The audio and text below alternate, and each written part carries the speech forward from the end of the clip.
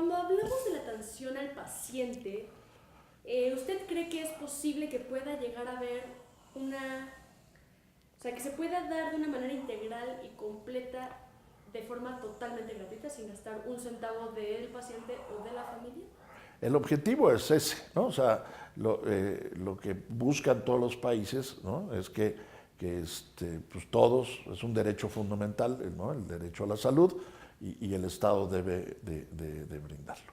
No hay, ¿no? O sea, todavía los modelos en el mundo, el recurso presupuestal no da, ¿no? De ningún país, ¿no? Para que el gasto del bolsillo pues no sea, que no intervenga en la ecuación.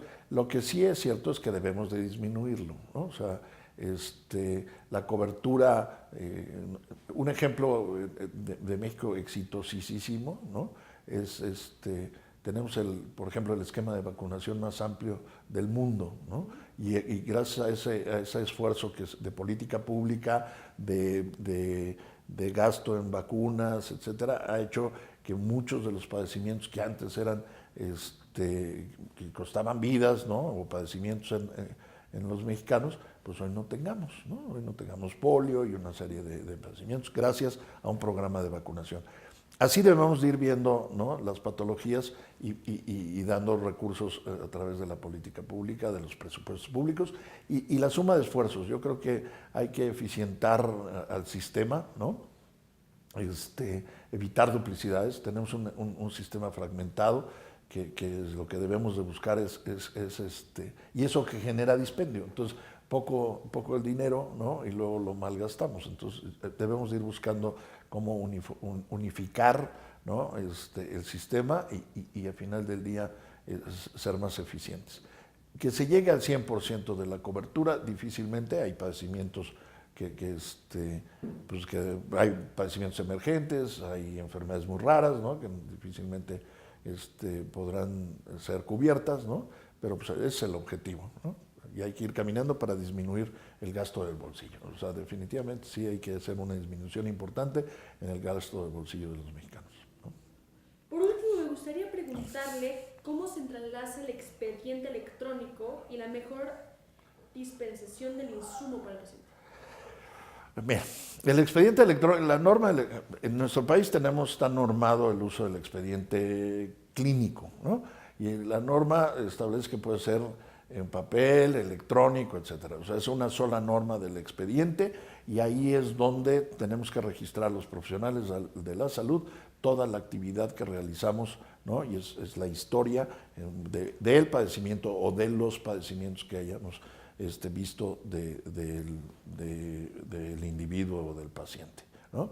Por supuesto que tenerlo ya ahora de forma digital, el que la norma del expediente clínico electrónico se construyó para poder dar los lineamientos y podamos tener un mismo lenguaje, ¿no? Porque antes sucedía con las computadoras, ¿no? O sea, si tú tenías Mac no hablaba con las PCs y así, ¿no? Entonces ya se fueron estableciendo los lenguajes computacionales para que se pudieran hablar entre las computadoras. Pues igual es lo del expediente. Entonces se creó la norma del expediente clínico electrónico, todo va caminando a que se digitalice, ¿no? O sea, sean procesos digitales y eso nos va a beneficiar, ¿no? En un futuro, pues para que podamos traer